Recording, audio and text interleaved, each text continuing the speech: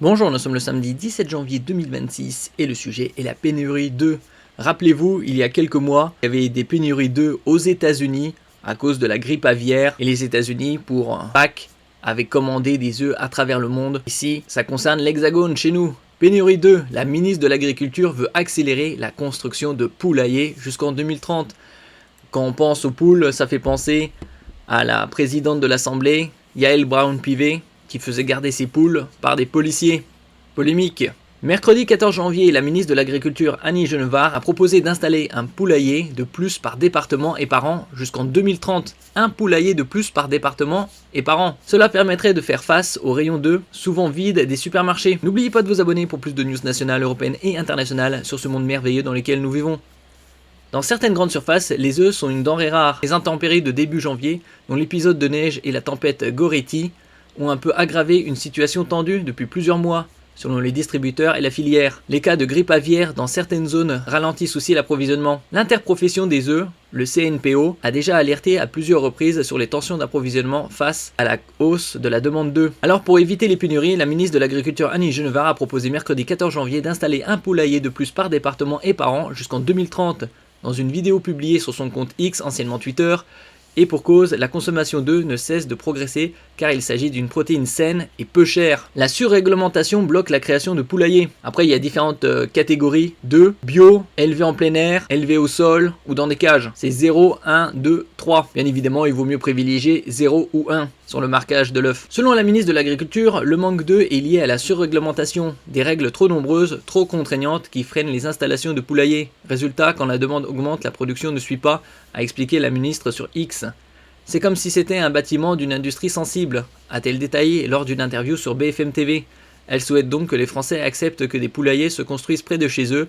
Annie Genevard a annoncé travailler sur un projet de loi avec un régime spécifique pour les éleveurs avec des règles différentes de l'industrie, plus simples et moins contraignantes. C'est ça le problème, trop de règles, plus la concurrence. Bonjour Guillaume. Bonjour Pauline. On va parler des œufs. Oui. On va parler des œufs puisque beaucoup l'ont constaté. Évidemment, on ne peut pas passer à côté l'absence des œufs dans les supermarchés, les œufs qui manquent en rayon, encore plus que d'habitude.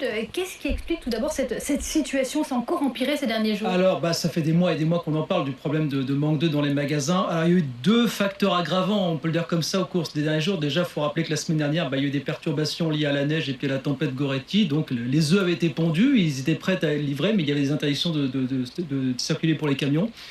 Donc ils n'ont pas pu être livrés. D'ailleurs, il y avait d'autres denrées alimentaires qui manquaient dans les rayons le week-end dernier. Alors ça, on est conscient.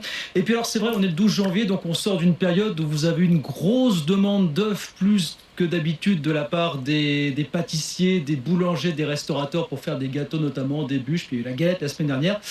Donc ça a poussé la demande beaucoup plus fortement. Donc tout ça va s'alléger un petit peu, mais c'est vrai que ces deux facteurs aggravants ont amplifié les difficultés en fin de semaine, évidemment. Mais alors le problème de base, on le rappelle, c'est le fait qu'on en mange plus, tout simplement. Le problème structurel, il ne bouge pas. C'est qu'en France, l'an dernier, on a consommé par Français, vous allez voir, 240 œufs, donc en moyenne par Français et par an. Ça fait 3-4 ans que tous les ans, la consommation elle augmente de 3 à 5%, alors que l'offre d'œufs, elle n'augmente que de 1%, donc ça va pas. Pourquoi est-ce que la demande d'œufs explose? Ça on l'a déjà expliqué, parce que c'est plus facile à cuisiner, parce que c'est bon pour la santé. 2 œufs, vous avez l'équivalent de 100 grammes de protéines, comme dans 100 grammes de viande ou 100 grammes de poisson. Et puis c'est moins cher que la viande, il y a une substitution par rapport à la viande, dont les prix grosso modo depuis le Covid se sont envolés de 30%. Donc la consommation d'œufs, elle s'envole. Le problème, c'est que l'offre, elle ne suit pas. On estime qu'il y a environ 50 millions de poules pondeuses aujourd'hui en France. Les professionnels vous disent, allez, pour résorber le problème, il faudrait 1 à 3, 4 millions de poules supplémentaires, grosso modo. Mais le problème pour les éleveurs, c'est que c'est pas seulement d'avoir des poules supplémentaires. C'est ça le gros défi pour les éleveurs aujourd'hui. C'est pas seulement d'avoir les poules, c'est d'avoir la possibilité de les élever en plein air. C'est là ça le véritable défi pour la profession qui est en train de se transformer. C'est être capable aujourd'hui de sortir l'argent qui va permettre alors d'acheter les poules, évidemment, de les nourrir, d'avoir le terrain, d'acheter le terrain et puis d'aménager le terrain justement pour faire de l'élevage au grand air. Et j'ai pas besoin de vous rappeler, je peux vous faire un dessin, d'expliquer que les agriculteurs aujourd'hui sont dans une situation précaire, donc vous n'en avez pas beaucoup qui sont prêts aujourd'hui à sortir de l'argent pour aménager ces grands espaces, évidemment, pour élever les poules en plein air. Alors il y a des projets de fermes XXL qui émergent ici ou là. Des fois ça marche et puis des fois c'est retardé pour des raisons environnementales parce que ça se heurte à des oppositions locales. Il faudra de toute façon des années, il faut se faire une raison pour redevenir autosuffisant de ce point de vue-là. Et donc il y aura encore des années de pénurie d'œufs, il faudra s'habituer à ne pas en avoir assez en supermarché. Merci beaucoup pour toutes ces explications. Guillaume Paul. Merci pour votre écoute et à la prochaine.